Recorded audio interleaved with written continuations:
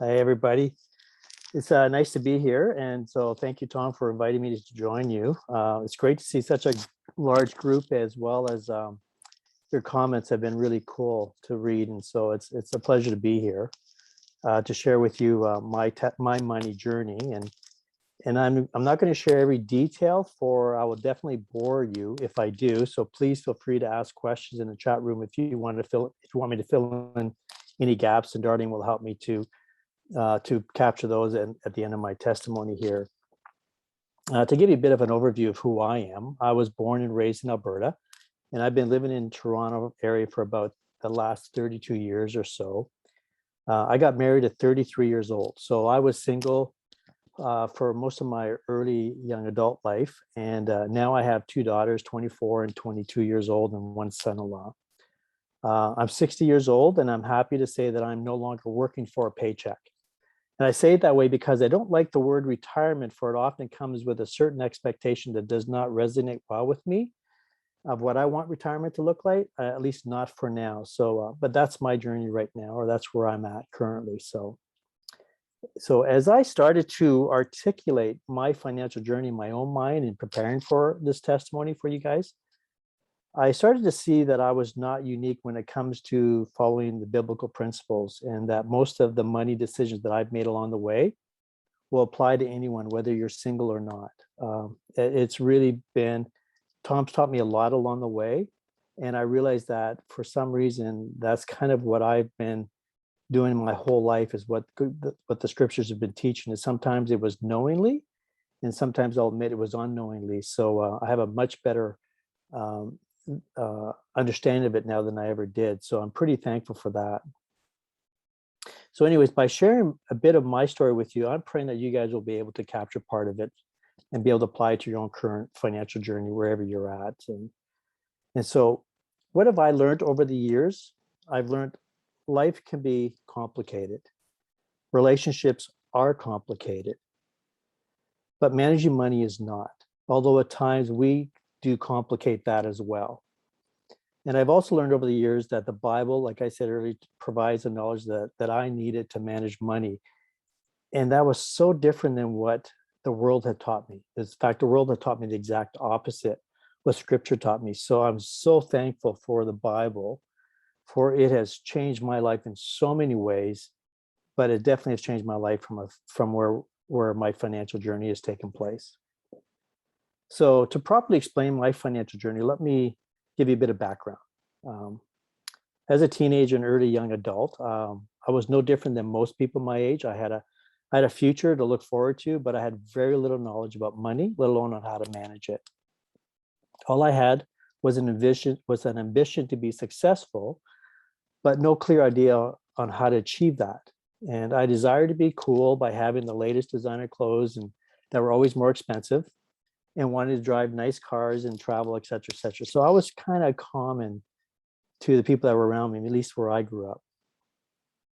When it came to the concept of money, my turning point happened when I was backpacking through Europe with a friend of mine when I was around 25 years old.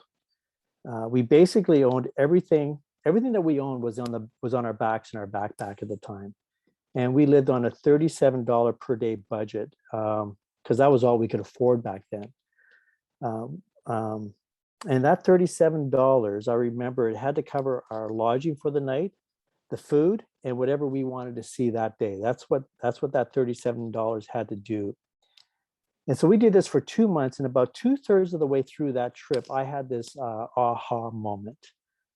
I realized that I was as happy as I had ever been in my life up to that point. And my life at that time could not have been more simpler. And that really struck me, right? Because we moved around a lot, and at the start of most days, the first thing we had to find out was where we're going to sleep that night and what could we afford to eat that day. Very, very basic, right? And that's when I realized that I no longer thought about owning an expensive car or wanting to wear expensive clothes. Those thoughts actually had escaped my thinking for the last 2 months, which I didn't realize until that aha moment. And you see, what I realized is that I had not watched TV for almost 2 months. So I never saw any commercials. Therefore, I was no longer exposed to what the world said I needed to be happy. And this all came to me while I was going through Europe. So I never realized until then how unaware and impactful marketing had been on my thinking. That was a very, very first time that I actually realized how much that impacted my life and my thinking. And you think of it today, I mean, with the internet and social media that we have, that's it's so much more powerful, that exposure on us, that it's very difficult to turn off no matter where we are. So that challenge didn't get easier. It's gotten more difficult over time for all of us. Anyways, going back to my aha moment, it was during that budgeted, focused backpacking trip to Europe, as I put it. I learned how to be content. And Tom talked about this, right? And I discovered what contentment looked like and what it felt like on that trip. And that is pretty much was ingrained in my thinking from that moment on.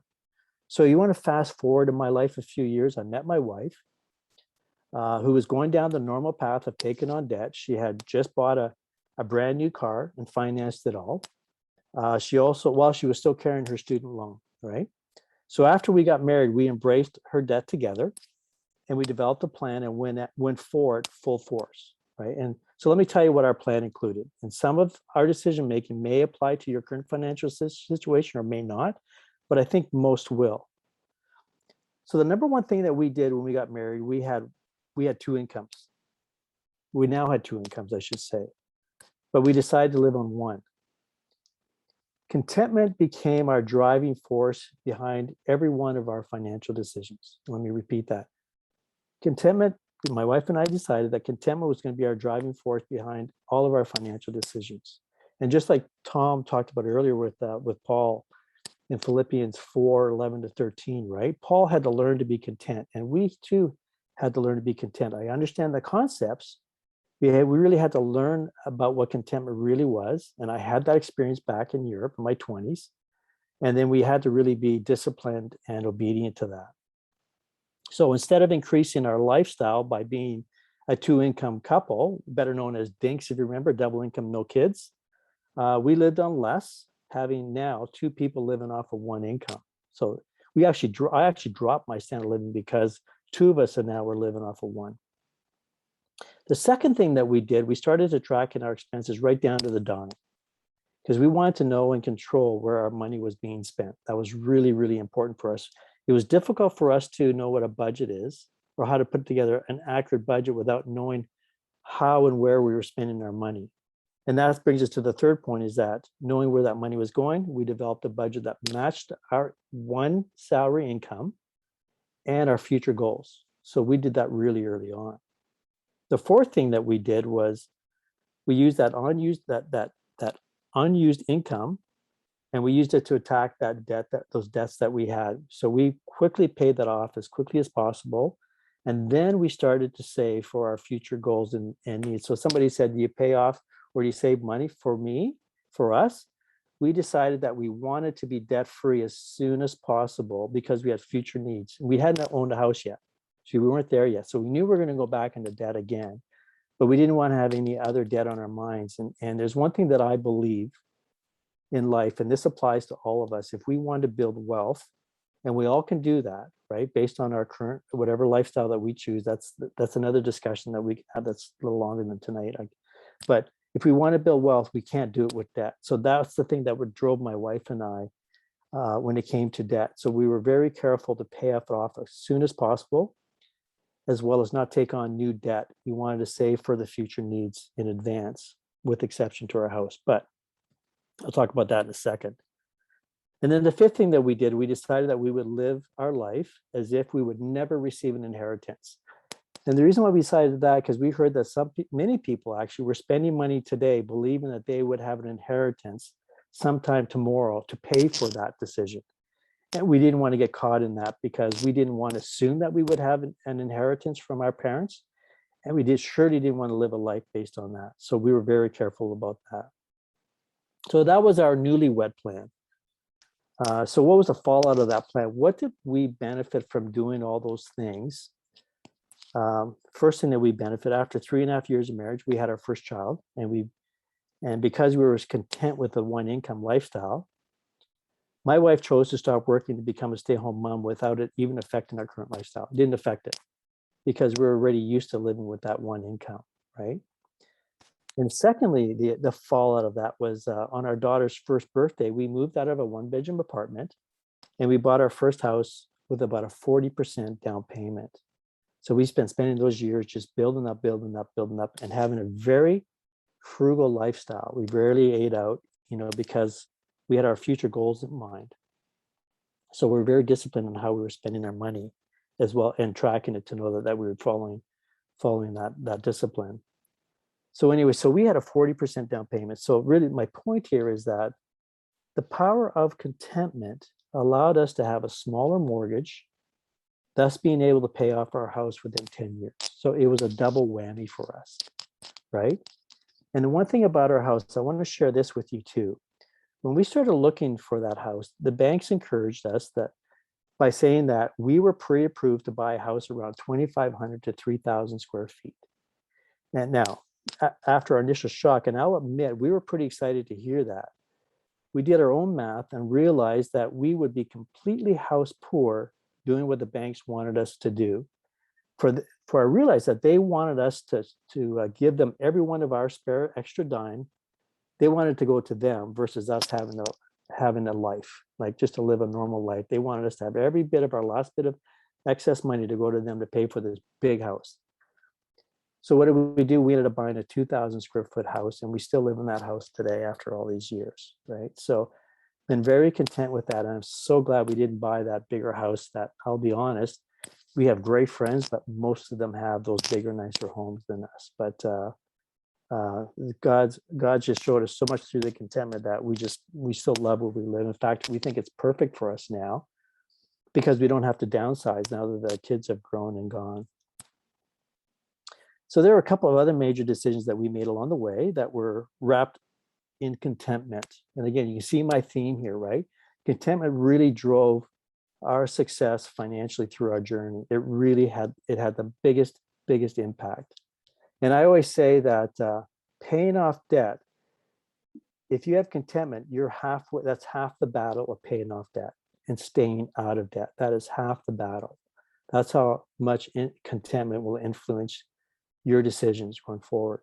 So a couple of other major decisions we made. So we bought used vehicles without borrowing money. We always saved up for used vehicles, and we would keep them for at least 10 to 12 years, 300 to 400,000 kilometers were on them when we got rid of them or donated them.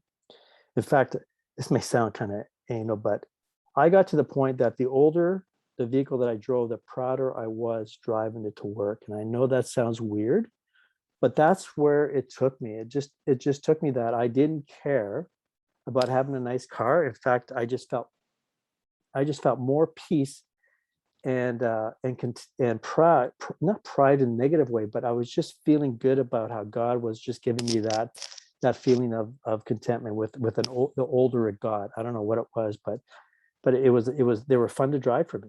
Didn't really care what would happen to them, so I was never nervous about it, and that kind of was a bit of a blessing too in some ways. The second significant decision we made was that we decided not to buy any new furniture while we still had our mortgage, which was our last debt. And that may seem like no big deal, but you have to understand the furniture that we had in our house, excuse me, was bought years earlier while I was still single, as well as we had a lot of hand-me-down furniture from my wife's mom. In fact, our furniture was so worn out, they were crying for mercy, begging for us to take them to the garbage dump. They were so bad. But we just decided that we were going to stick with them. And then once we paid off our mortgage, then we would replace our furniture. And I got a little bit of a story around that too, but I've talked to it in the past. I don't know if anybody on this call has heard it, but I'll make it really shortly. When we paid off our mortgage, we thought, great, let's look for new furniture. We started the process. 6 months into it, we realized how expensive it became, and we stopped looking because that contentment hadn't left, and we just didn't feel comfortable buying new furniture because of the cost. Didn't realize how much it had gone up. Anyways, the stuff that we liked anyways was like that. So we stopped looking, and about 6 months after that, I got a call from somebody that we had looked at furniture, and they asked if we were still interested in this Italian set, for example. And I said, yeah, we are. And he says, listen, we got the last one here. If you want, it's 50% off. And so God really blessed us from that experience just by being content. We didn't rush it, even though we met our goal. We still didn't rush it, and God blessed us for that. And we actually replaced our furniture. We actually saved thousands of dollars because of waiting for that to happen. Like it was amazing. So this guy that called me, we also bought some other stuff from him, and he gave us an incredible deal that saved us a ton of money. Anyways, I'll digress on that. But so despite the sacrifices we've made through our journey, and I don't know if we can call them, if we can call them sacrifices, but I just want you to know that we didn't feel that we missed out on anything in life, right? And we when we compared ourselves to our friends, we weren't doing a lot of things that they were doing, and I had friends even criticize us for it, and I actually really appreciated them because they weren't criticizing me because they weren't being rude to us. They were just really sharing their thoughts, and some of the things they said really helped me along the way because there's some things that I think I was offside on. But we look back, we really didn't miss anything. And our kids today, one of the blessings we have now, our kids today are debt free, and they have a clear understanding of how debt can impact them. And I'm really thankful for that. I just have so much hope for their future because of that one lesson that they're carrying on into their lives. And even today, my wife and I rarely talk about money other than our quarterly checkups, right? So it's really not, we still live the same lifestyle, other than maybe we like travel a little bit more when it's not a COVID season. But we still track our spending right down to the dime, and we still follow a budget. So throughout our lives, we follow the biblical principles Tom is teaching you tonight and through this whole course. We really followed that. And I'll admit it's not totally exciting, right? But it's extremely rewarding. And that's what I want to share with you guys. I want to encourage you guys with that. A goal that I'm talking about, that rewarding goal, I know can be achieved by any one of us who follow God's biblical principles. It worked for us.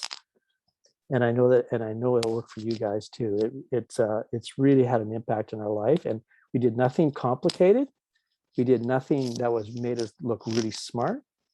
We just took the principles that we're learning today, that you're learning today, that we learned through our lives, and applied them. And God took care of the rest. And guys, there's so much more I can share with you about along that journey, how we had to go to God in prayer with some major decisions on our finances.